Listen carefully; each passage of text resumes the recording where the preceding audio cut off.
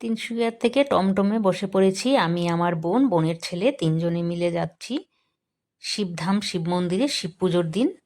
এখানে আমার বোনের ছেলেকে জিজ্ঞেস করছে যে কোথায় যাচ্ছ, ও বলছে যে মন্দিরে যাচ্ছি পুজো করতে, সেটাই, কিন্তু আমি তো ভয়েসটা শোনাতে পারলাম না। নমস্কার বন্ধুরা, মিঠুর পছন্দ চ্যানেলে আপনাদের সবাইকে ওয়েলকাম। টমটমে করে গেছি, কিন্তু অনেকটা দূরে আমাদেরকে থামিয়ে দিল, কারণ সেদিন শিবরাত্রির দিন অনেক লোক হয়, তার জন্য নয়নটি লাগিয়ে দিয়েছে অনেকটা দূরে। তাই অনেকটা দূর থেকে হেঁটে হেঁটে যেতে হয়েছে। আর রাস্তা দিয়ে যেতে যেতে অনেক ধরনের দোকান, বিভিন্ন ধরনের জিনিসপত্র নিয়ে বসেছে। এই যে আমার বোনের ছেলেটার নজর দেখেন, শুধু ওর ওই দোকানপাটের দিকেই নজর, কি নিয়ে বসেছে, কি খেলনা, কি এসব। আর বাচ্চাদের তো নজর এমনই হয়, বাচ্চারা এমনই করে। আমরাও হয়তো যখন ছোট ছিলাম এমনই করেছি, সব বাচ্চারাই এমন করে। আর দেখতে আমারও খুব ভালো লাগছিল ওকে, ও যে এমন করে দেখছে জিনিসগুলো, আমার খুব ভালো লাগছিল দেখে দেখে।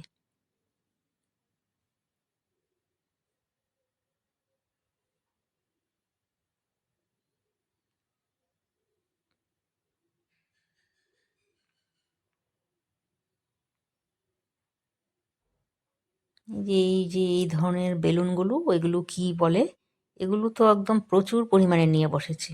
আর এগুলো দেখলে তো বাচ্চারা তো নজর দেবেই, বাচ্চাদেরই জিনিস এগুলো।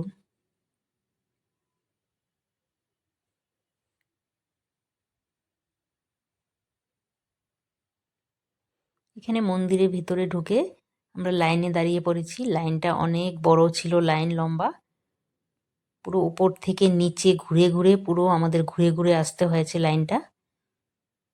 সব মন্দিরে এমনই হয় শিবরাত্রির দিন। আমরা প্রথমবার গেলাম শিবধাম শিব মন্দিরে পুজো করতে, কারণ প্রত্যেকবার ধরেন ঘরের আশেপাশে কোনো মন্দির থাকলে সেখানেই করেনি। আর সব মন্দিরই তেমনই হয় শিবরাত্রির দিন।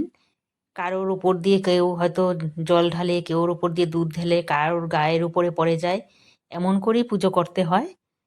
তাই সব জায়গায় একই। আমি তো বেশিরভাগ বাড়িতেই করিনি, ঘরে করেই তারপর গিয়েছি।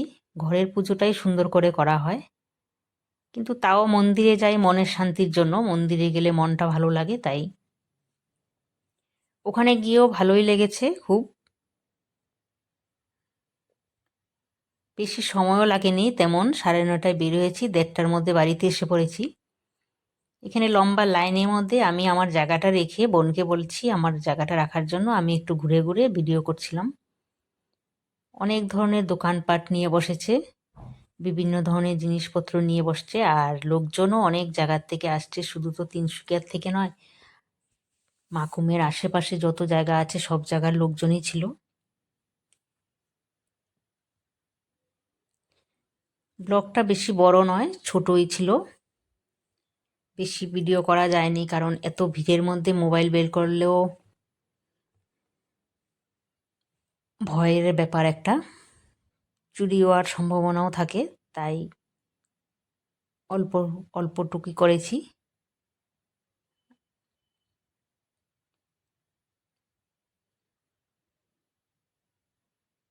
এখানে ফলের দোকান অনেক ধরনের, আর একটা কি লাড্ডু নিয়ে বসেছিল, লাড্ডু, সেটা কি ভাঙের লাড্ডু বলে, সেটা অনেক জায়গায় পাওয়া যাচ্ছিল।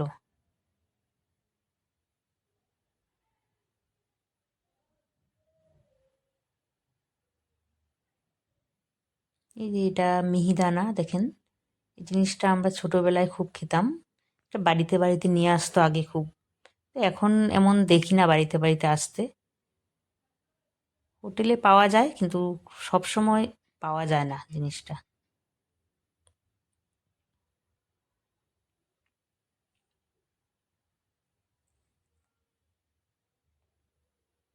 শিবধাম মন্দিরে এমনিতে আমি বিকেলে যাই উম, মেলা দেখতে, কিন্তু পুজো করতে এবার প্রথম গেলাম। তাই মন্দিরের ভিতরে আর ভিডিও করিনি, কারণ সেই সময়টাতে আমি লাইভ চালিয়ে দিয়েছিলাম। লাইভ চলাকালীন তো মোবাইলটা আর কিছু করতে পারবো না, লাইভ চলছিল। তাই এখন পুজো করা হয়ে গেছে, পুজো করে বের হয়ে এখানে দোকানপাটগুলো দেখছিলাম। আর বোনের ছেলেটার তো বাচ্চা মানুষ, এদিকে নজর এদিকে এটা লাগে, এই সবই করছে।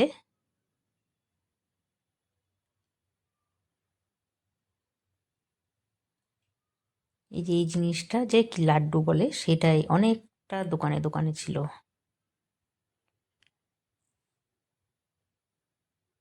তাই আজকের ব্লগটা আমার এতটুকুই ছিল।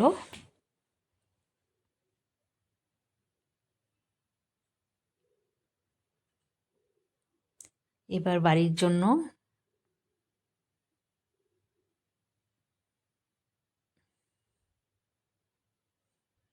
জন্য বের হয়ে যাচ্ছি। এতটা ভিড়, মানে হাঁটা যাচ্ছে না লোকের জন্য, এতটা ভিড় ছিল। তাই আজকের ব্লগটা আমার এতটুকুই ছিল।